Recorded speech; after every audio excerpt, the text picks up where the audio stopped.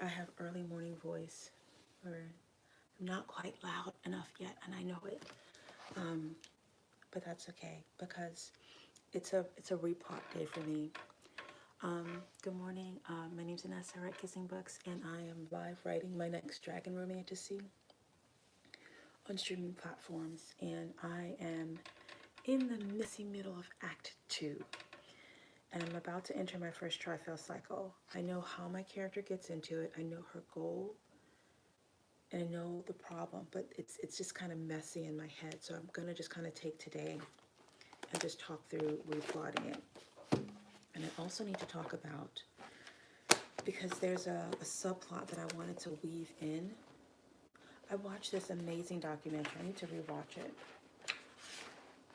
called Warriors, Queens, and Intellectuals. And I took so many notes. This is just over the first couple of episodes. I took so many notes.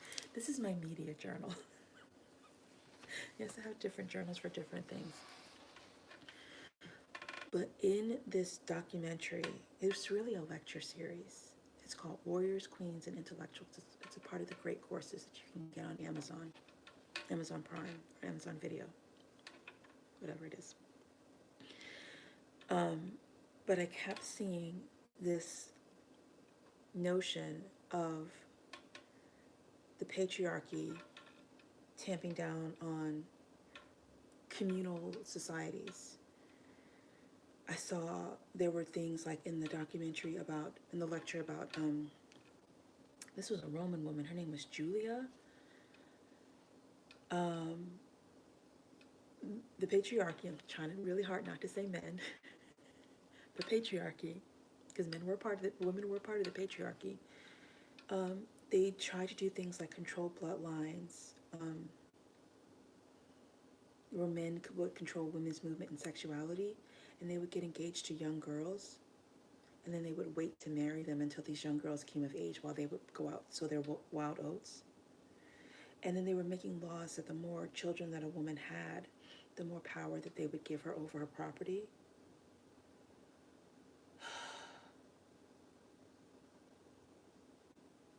Yeah, and then the one that really got me was the Trung sisters, about the Han Empire in Vietnam, where it was a matriarchal society to start with, and young women were allowed to like go to these festivals and choose a lover. And if she got pregnant, the father and the child would come to her village, and her mother would raise the child. And if she did not get pregnant, she would go to the festival and try again. um, yeah, and I think that's where my hero. See, this is why I need to replot. I think that's where my heroine is. This is the land that my heroine is going to. She came from a land where the patriarchy has taken over. So I do want her to go to this new place and see. See, this is why I needed to replot. I wasn't even thinking about this. I think they're gonna go and they're gonna run right into this festival of women.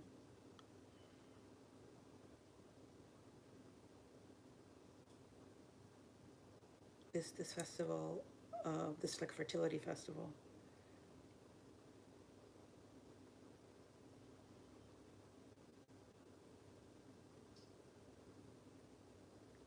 But once when it was like matriarchal and tribal, I think society grew, and then when it became patriarchy and hierarchical, things started to fall apart, and that's one of the things that I wanted to show in this novel.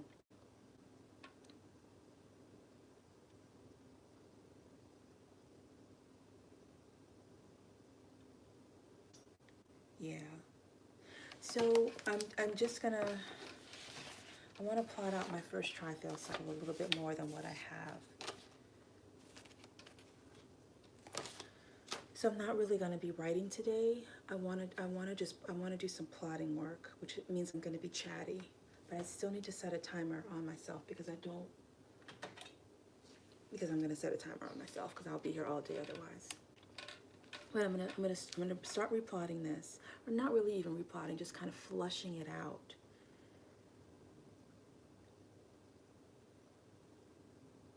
And then I'm gonna sit on the couch and I'm gonna rewatch this documentary.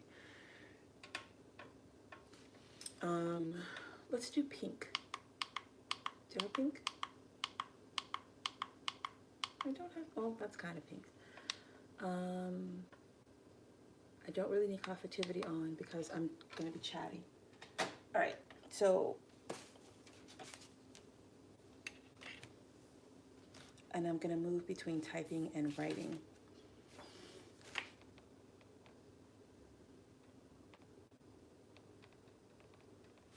And there's probably going to be a lot of awkward pauses, so I apologize in advance. I just grabbed a whole bunch of white pens and put them all in here. Which one was I enjoying writing with them all? I think I was enjoying, no. Did I put them all? You will learn if you hang out with me long enough that I get really persnickety about pens. And if I have a good writing day with the pen, I want it back. And I had a really good writing day with this pen the other day.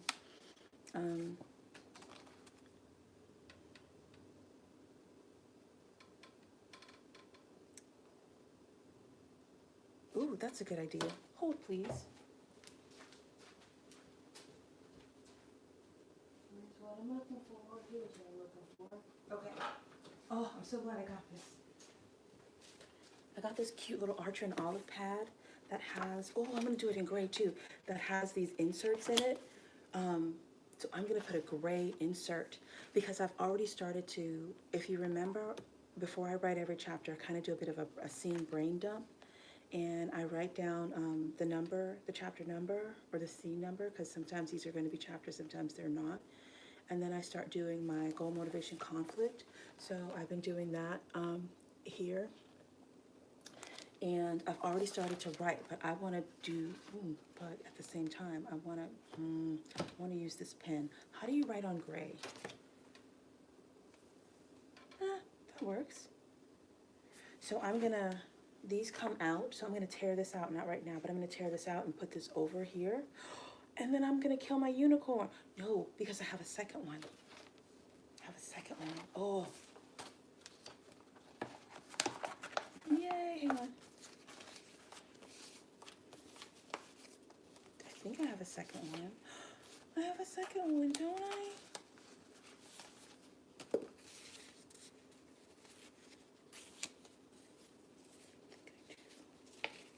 I think I used him twice. Oh, how unfortunate is that? How absolutely unfortunate.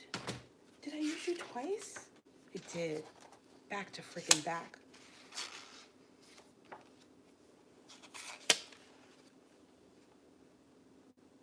Do I dare? It's been a day. And didn't I already kind of hurt your tail? I think I can make it happen, though. I can make it happen. I'm not gonna make it happen right now, but I can make this happen. I know I'm ridiculous, but this is how I make my life happy. Okay, so this try-fail cycle. Now, so many papers going on. So I really want to talk.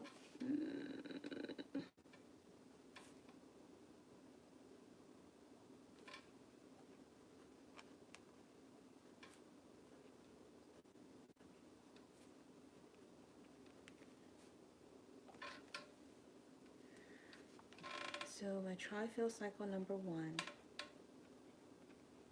Sorry, I'm gonna need black. I mean, that's cool and all. I need black. Okay, so a try-fail cycle consists of, we start with a plan. There's an obstacle. There's a scene of growth, setback, and that can come in either order. It could be plan, obstacle, setback, growth, plan, obstacle, growth, setback. And then there's a regroup, right? So the whole goal of this particular scene is my heroine is traveling to this land that I have not named yet. I am awful with names. Hi, you're welcome to comment. Hi, good morning, Trisha. You're welcome to comment if you want. But we're in Substack right now. We're in Substack and YouTube.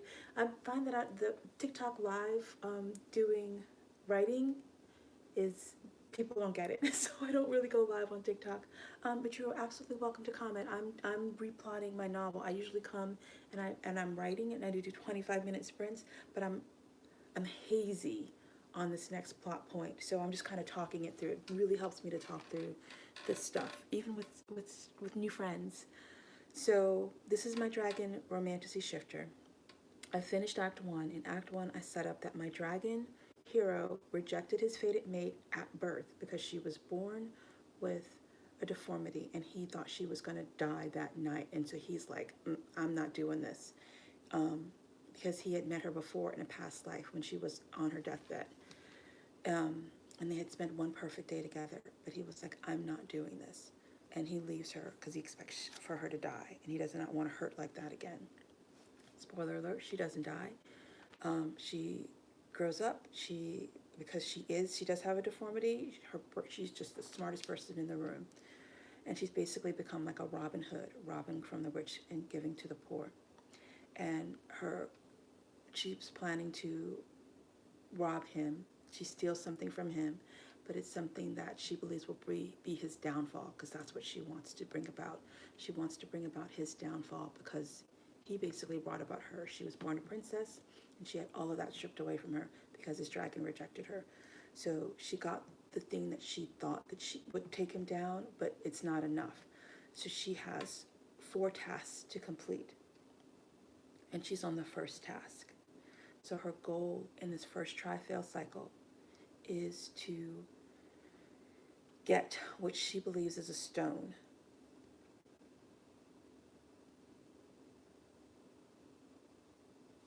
Yeah.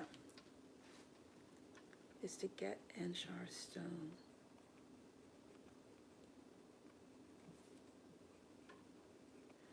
So that's her goal. Her motivation is always going to be revenge. And the conflict here is going to be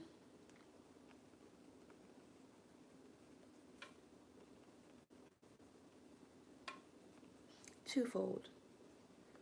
Anshar is a god, a demigod. All of her foes are demigods. And she is mortal, but she's not. She's also a demigod, but she just doesn't understand that she is. So Anshar is a demigod. And the other conflict is that Anshar's soulmate, Inky,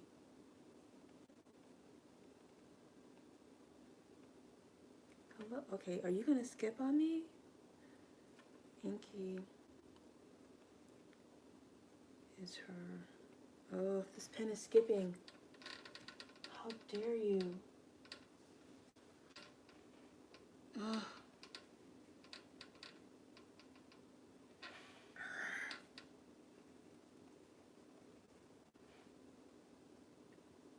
So I know the whole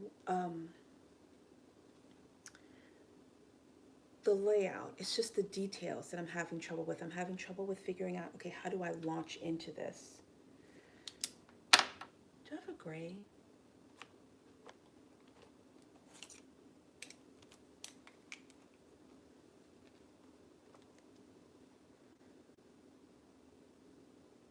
So the first thing is that they need to get there, right? They get there and they're going to get there.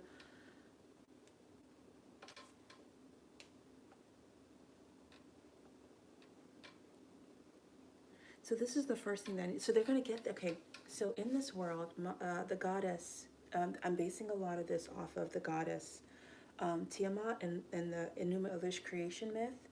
And one of the things that the goddess Tiamat did is that she created these beasts for reasons it's not important right now. And my heroine seems to get along with these beasts. She has an affinity for these beasts. They like her, and she doesn't understand why, but they just do. So she befriended a Pegasus that has helped her to run these heists that she's been doing. And now we're going to find that she has coerced a turtle to take her and her found family to this land. So that's the first thing, is they're on the back of this turtle. And one of the reasons that they're on the back of the turtle is because it's gonna the the king of where she lives, her father, is now after her and her mother, because he believes that they attempted to assassinate his new bride. They did not, but that does not matter. So they're on the back of this turtle, and I don't really like the way this writes. I'm very persnickety about my pens. I'm just looking for a different pen. You might write nice. I'll hold on to you. Let me just switch to you right now, because that's not really doing what I wanted to do. So we're on the back of this turtle. Reason is because if the turtle moves slow, where she thinks the king will think they move fast.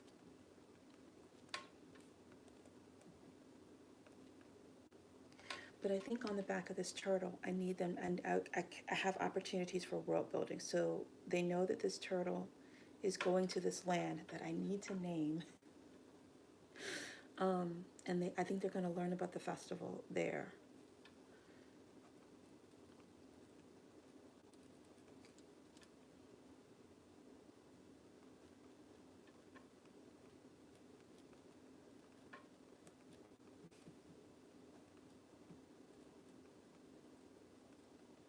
So we're going to learn about the festival.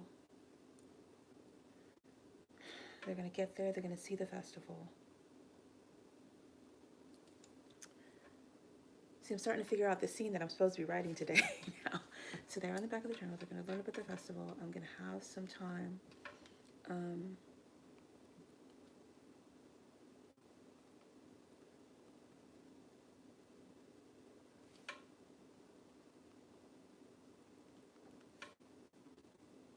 Crap, what did I name him?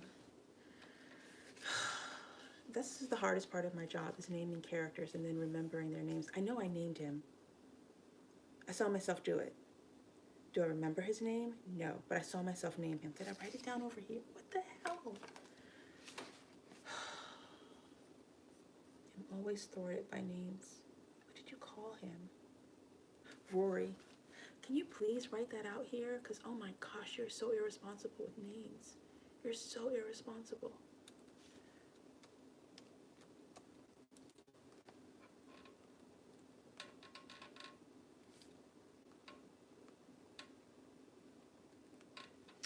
And Luca. Okay.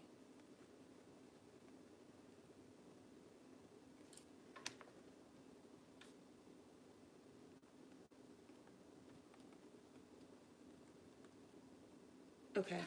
That's great. Okay, so I have figured out that on the scene that I'm supposed to be writing today, that I'm not, because I'm plotting, we're going to get a lot of world building out there. We're going to get the notion of, we're going to be reinforced with my heroine is the smartest person, because she knew that everyone was going to assume that they were going to try to get out fast and maybe take these other pathways that would get them out of the city fast. But she says, no, let's get on the turtle, which is going to go by water. So she doesn't necessarily have to have an affinity with the turtle, because I was trying to figure that out. This is just, yeah. The turtle is, because the turtle is carrying more than one person. But I think the turtle is going to show affinity for her. Cool. We're going to get some world building about the place that they're going to, because these people are going to be going to that festival that I was talking about. Remember how I just said I learned in the Warriors, Queens, and Intellectuals documentary, a specific lecture on the Trung sisters and the Han Empire of Vietnam, how during their time they had young women that went to festivals and basically got themselves a lover and tried to get pregnant. So I want the people on this turtle to be talking about that. And I can also get some more world building out there, because the women on here on this turtle will be very liberated. They come from a matriarchal society. They love their queen. Whereas you just saw where we just were, everybody hates the king.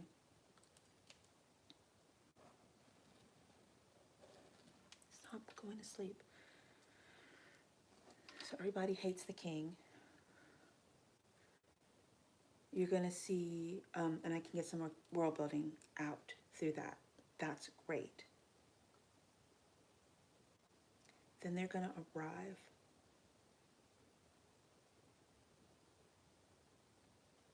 That's what, see, this is what, see, sometimes I'm writing one step at a time, but sometimes I need to see more. And I'm sorry, I'm ignoring you guys.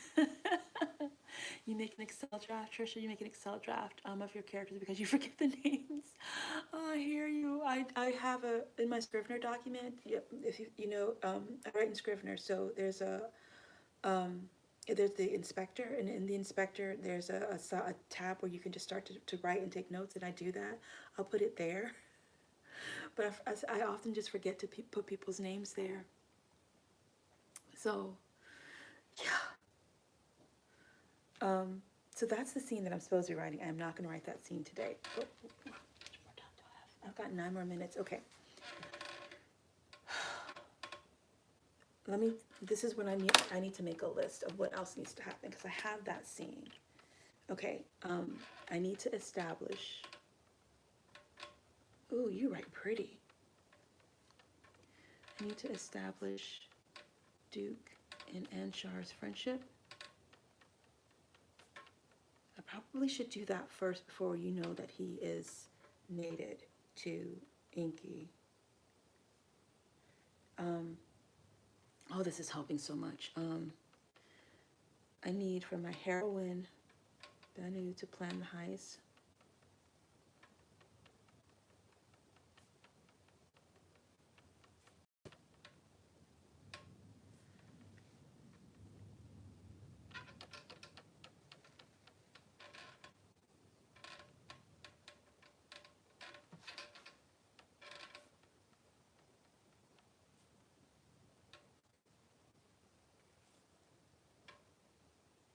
Okay, that's good. And then, meet and chart. Okay, okay. And it's becoming clear. What I need to do is becoming so clear. I'm so excited. Okay, so in this trifail cycle, where my heroine has a goal of getting one of the 4 stones that she needs to get to complete her mission, the stone is worn by a demigod named Anshar.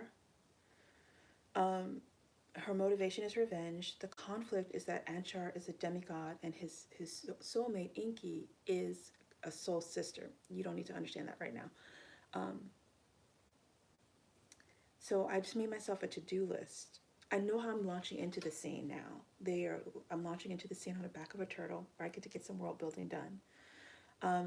Then I just made myself a to-do list. And on the to-do list, I said that I needed to establish that Duke and Anshar, that they are soul brothers. What I mean by that is, if you remember from any other chats that I had about this plot, this is from an Enuma Elish myth, this whole story. And so the goddess Tiamat and the god Apsu in this myth created the world and then created the demigods and then created the people, so forth and so on. But I thought, wouldn't it be, I don't know where this idea came from, but once a god ascends to an eternal being, they shed their past body. And I thought, well, if they shed their past body, what happens to that? And I thought that would become demigods. So when Tiamat ascended to God, to true godhood, to endless God, eternal God, she shed her body into 4 parts. One of those parts was my hero, Marduk, and Anshar, and then 2 other parts. Same thing with Apsu. When he shed himself, one of his parts was my heroine, Benu. But because in this world people are reincarnated, they're not always reincarnated with their memories. They oftentimes will grow into it, but they don't remember it like from birth, like some people do. Like when the spirit is strong within them, they can remember this stuff.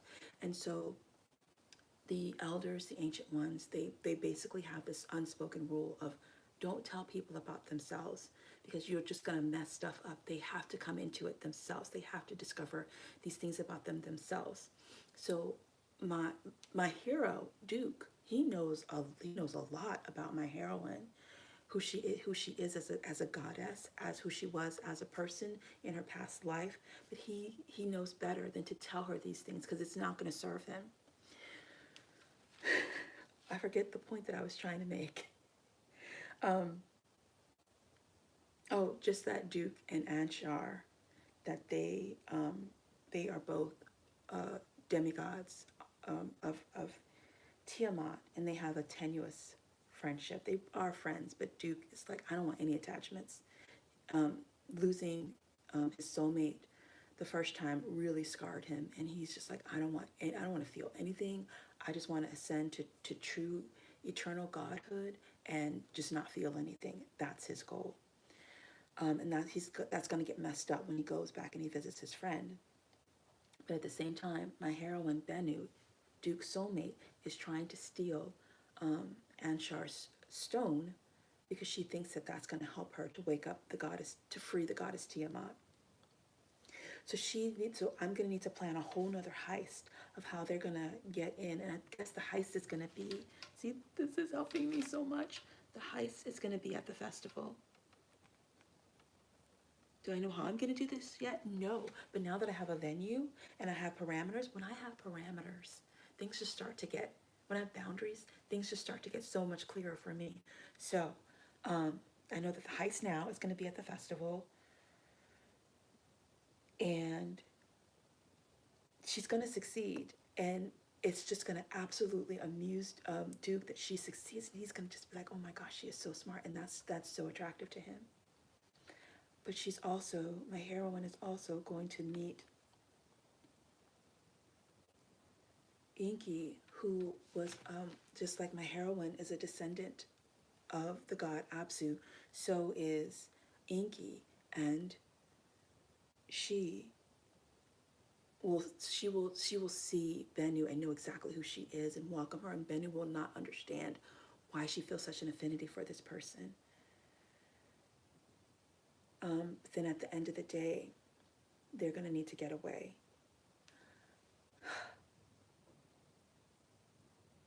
I have parameters. I have not figured it all out, but I have my parameters. And once I have my parameters, I am really good to go. And I got 3 minutes left, which means I can take 3 minutes and just decorate.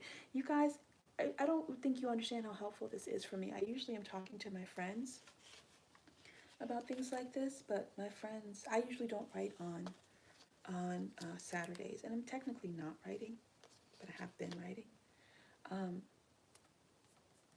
That's pretty. Actually, I want to move it up. It's just really helpful for me to talk this out.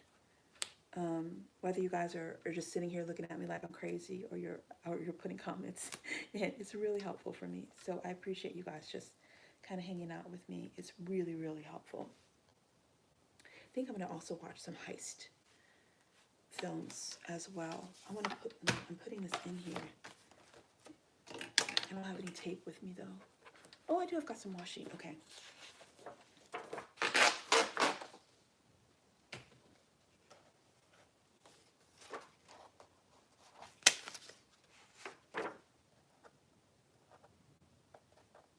I don't know if I'm doing the right thing by doing this. But it's coming up easily. Performing surgery right now, guys, because I want my horse sticker. Hang on. Don't get scared, anybody. He's coming off pretty easily. Don't get scared. I got it. I got it. I got it. Ah! I got it. I totally got it. Ah, I totally got it. Okay.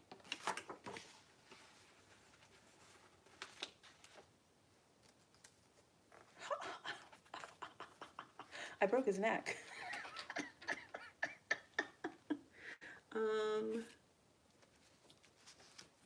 Hang on. I'm still doing surgery. I'm still doing surgery. I could do that, or I could just put another.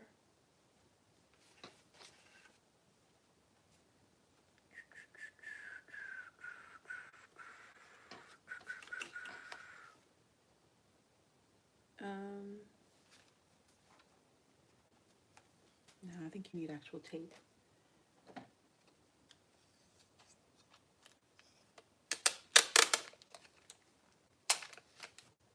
This is what I do when I'm plotting, because my brain just kind of takes a break and just lets me play with stickers.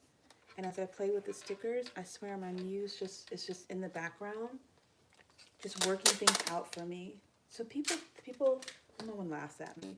They just kind of pat me on the head when they see me playing with my stickers. But this is really, this is also part of my self-care. When I make my spaces sacred, it really just helps me to kind of focus. I know. I planned out this scene for that I'm going to be writing on Monday. I'm not writing on Sunday. I'm really not even supposed to be writing on Saturdays. Oh, I'm so happy with this. I know I'm so silly, but it's the little things that make me happy. Hi, Ray. Oh, you can absolutely talk back. You can type back, but I'm pretty much done. Hi, Victoria. Oh, thank you. It's been helpful for me to talk to you guys. I really appreciate that you are here and hanging out with me. It's really helpful. Like I usually plot with one of my very best friends, my college roommate, who is an award-winning author, Leslie Penelope, but she takes breaks. She like stops and has a life. She has even a cute boyfriend. And here I am, 8:41 in the morning, still in pajama bottoms. Writing about dragon shifters, but this is what makes me happy. I feel really good about this. I don't try to get absolutely every single thing nailed down. I just need the parameters. So I've got the parameters and I'm ready to write. I'm not going to write anymore today. I'm probably going to just consume, fill the well, watch some heist movies. I want to watch, there's a new Netflix Christmas heist movie. I think I might watch that. And rewatch that documentary. Oh yay! I'm glad the notifications help and that I'm not being annoying and be like, I'm writing again, what y'all doing? I am gonna chill tomorrow. I'm gonna sit on the couch and rewatch this documentary while also making some social media posts. My Shanae Johnson pen name is woefully lacking in fresh new content, and I made some new hooks for her, and I sat and I went through Canva and I found some like 5-7 second video clips that I could use with the hooks. So I'm gonna batch a whole bunch of hooks while sitting on the couch, and then I'm gonna get those scheduled for TikTok and Facebook and Instagram. I'll probably schedule them tomorrow. But for some reason my brain doesn't like to batch stuff one day and then schedule it the same day. I don't know, it's a weird quirk. But scheduling is literally just and schedule. So that's what I think I'm going to be doing for the weekend. It's cold outside. I don't even want to go. I want to go to like a coffee shop, but to get to the coffee shop, I have to like go out the door, get in the car, drive there, and then get out of the car again. That's a little too much getting out of the car for me. So I don't know if that's going to happen. It needs to because I did go out yesterday, but it's cold. It's so cold, and I've got mail. I've got happy mail to send. I don't like the cold. I really need to move someplace warmer. Anyway, guys, I appreciate you guys so incredibly much. Yeah, I know I'm very weird, right? I don't like being cold. I'm not gonna see you tomorrow. I will see you on Monday if you're gonna hang out. And for those of you watching the replay, I really appreciate you. I know you're listening, and it's really helpful for me to talk to you. And I absolutely appreciate you guys so very much. If you are joining me live and you have questions, I'm always happy to answer them after. Don't let me answer your question if I haven't finished my chapter, because I will get distracted. But yes, I'll do my best to stay warm, and I really appreciate you guys. Again, thank you so much, and I'll see you back here on Monday. Bye, guys. Happy weekend.